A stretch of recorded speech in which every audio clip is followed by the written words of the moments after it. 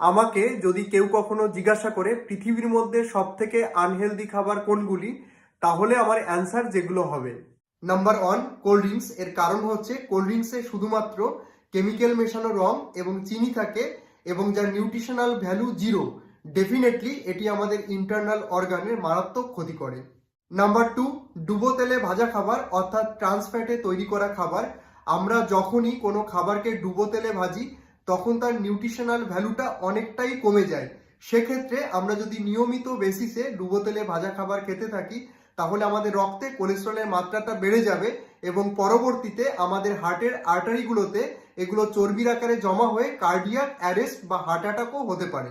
Number three, বিভিন্ন প্রকার প্যাকেটজাত প্রসেস ফুড যেমন চিপস, বার্গার, কেক, পেস্ট্রি, এই ধরনের খাবারগুলো দীর্ঘদিন সংরক্ষণ করার জন্য অনেক বেশি পরিমাণে লবণ, আনহেলদি ফ্যাট, চিনি এবং ময়দা ব্যবহার করা হয়।